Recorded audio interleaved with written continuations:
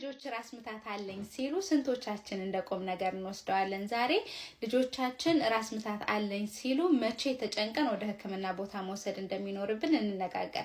የመጀመሪያው ሲቪር ሄዴክ ከሆነ ድንገት ከመሬት ተነስተው በጣም ከፍተኛ ህመም አለኝ ብለው በጣም ኮምፕሌን የሚያደርጉ ከሆነ ወደ ሕክምና ቦታ መሄድ ያስፈልጋል።